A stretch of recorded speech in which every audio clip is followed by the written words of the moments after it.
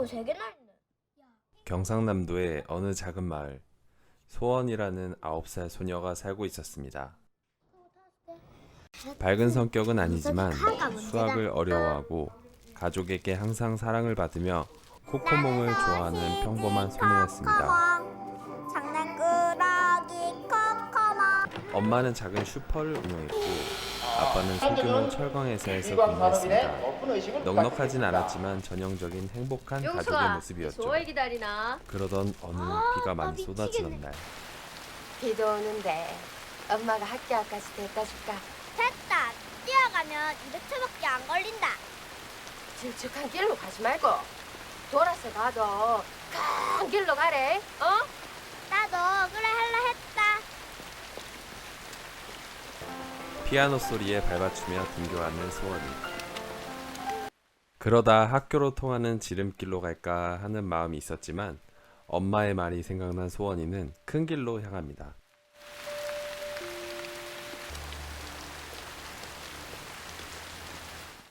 그렇게 큰 길로 가던 도중 한 아저씨를 만나게 됩니다.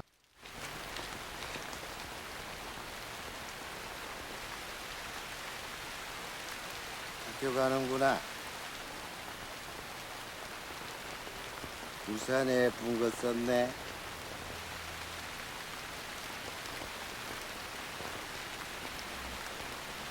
아저씨 우산 좀 씌워줄래? 이제 학교에 늦어서. 소원이가 위험을 감지하고 주위를 둘러보지만 도움을 청할 사람이 한 명도 보이지 않았습니다.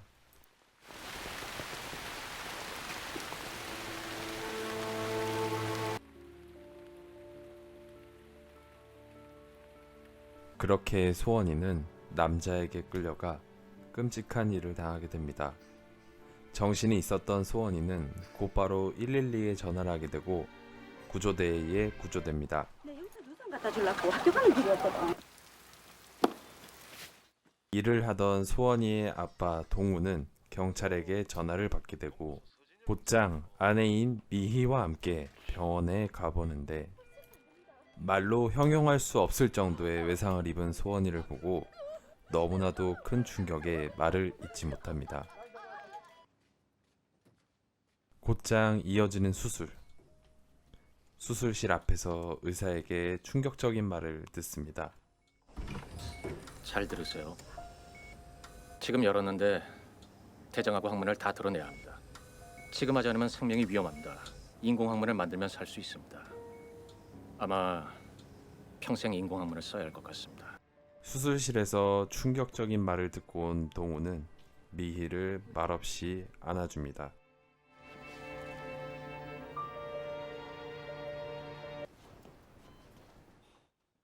수술이 끝난 후 회복실에서 소원이를 본 미희는 감정이 북받쳐 자리를 뜨고 동훈이 안으로 들어가 소원의 손을 잡아줍니다. 그리고 깨어난 소원이. 아빠야, 왔나? 그래. 아빠야, 잘 샀네. 회사? 벌써 갔다 왔지. 엄마야, 아빠야. 바쁠 것 같고, 바쁜 사람도 잡아야 될 것 같고, 내고 많이 다친 것 같아서 그냥 112로 전화했다. 잘했다. 누구나 한 말이 똑똑하나. 대화가 끝난 후 소원이 잠이 들자 오열하는 동환. 소원이의 담담한 모습에 더욱더 충격을 받은 모습이었습니다. 지문 감식 결과가 나왔다는 통보를 받고 찾아온 동환. 하지만 지문만으로 체포할 수 없다는 이야기를 듣고 다시 발길을 돌릴 수밖에 없었습니다.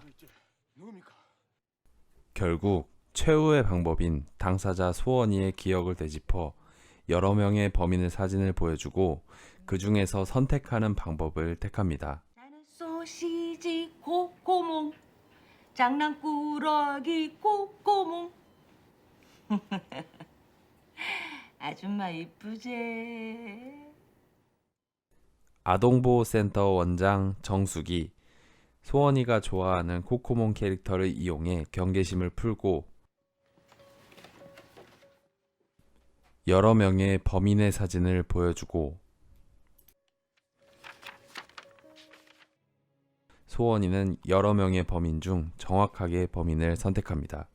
그 후 소원이의 진술이 끝나자 바로 범인 체포에 성공합니다.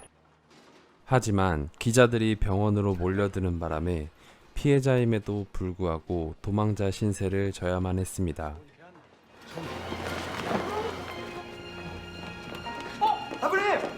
이게 진술 과정은 어땠나요? 그리고 그 상황에서 소원이는 마음에 깊은 상처를 받게 됩니다. 급히 소원이를 침대에 눕혀보지만 소원이의 인공항문에서 변이 나오게 되고 아빠는 옷을 빨리 갈아입히려 해보지만 트라우마가 생긴 소원이는 아빠의 행동마저 나쁜 행동처럼 느끼고 아빠를 거부합니다.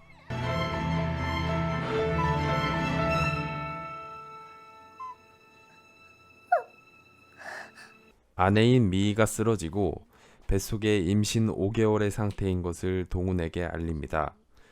그 사실을 몰랐던 동훈은 아내에게 무관심했던 것에 대해 미안해합니다.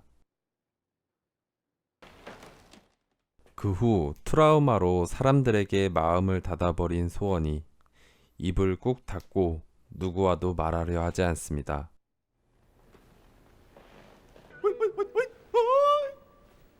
친구들 다 소원이가 유일하게 마음을 열어주는 존재는 다름 아닌 코코몽이었습니다. 아동보호센터에서 준비한 코코몽 이벤트를 즐기는 모습의 소원을 보고 동화는 이벤트 업체에 부탁해 코코몽 캐릭터 탈을 빌리게 됩니다. 아빠 동화는 소원이의 모습을 보며 코코몽 탈을 매일 하루도 빠짐없이 쓰고 소원이의 마음을 열기 위해 정말 진심을 다해 소원이와 소통하려고 노력합니다. 시간이 지나고 가족과 주변 사람의 노력으로 점점 마음과 입을 열어가는 소원이. 학교의 거의 모든 친구들이 소원이를 그리워하는 마음으로 편지를 남깁니다. 하지만 충격이 너무 컸던 소원이는 어린 나이에 해선 안 되는 생각들까지 하게 됩니다. 그러셨는데 그 말이 무슨 말인지 알 것 같은 기분이 들어요. 아이고 죽겠네. 아이고 죽겠네. 그게 무슨 뜻일까?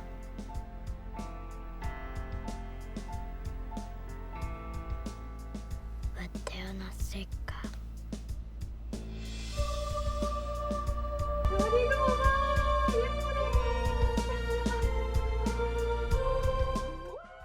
시간이 지나고 소원이는 퇴원을 하게 되고 집으로 향하게 되는데 그날의 일들이 떠올랐는지 호흡곤란과 구토 증세까지 일어나게 됩니다. 옳지 옳지.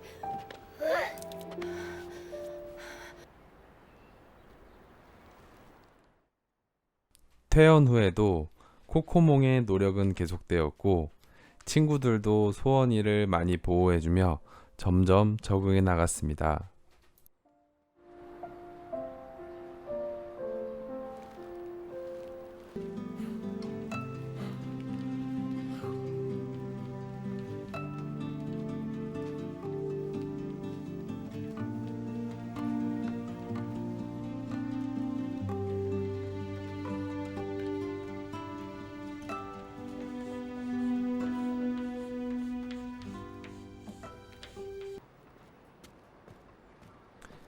그리고 제 개인적으로 가장 슬펐던 장면입니다.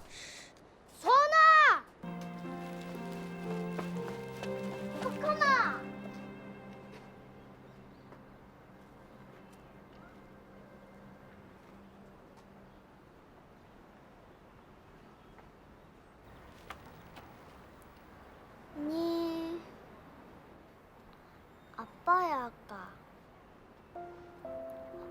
해야지.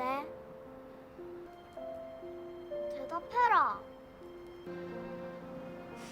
내 때문에 내가 아빠야를 피해서 일하고 있나. 드디어 소원이는 동환에게 다시 마음을 열게 됩니다. 뭐고?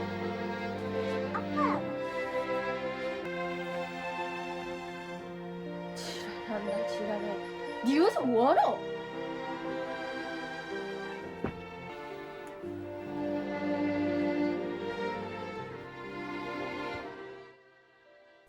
미희는 동훈을 꾸짖었지만 모두가 생각해도 소원이가 회복할 수 있었던 가장 큰 이유는 동훈이 있었기 때문에 가능했던 거라 생각합니다.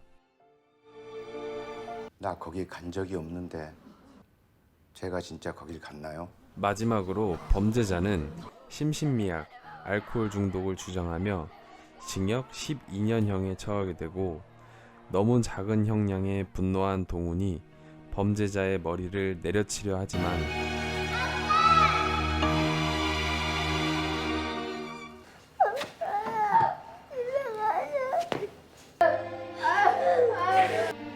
동훈이 분노한 나머지 범인의 머리를 내려치려 했지만 소원이의 만류로 인해 미수로 그치게 되고 영화는 끝이 납니다.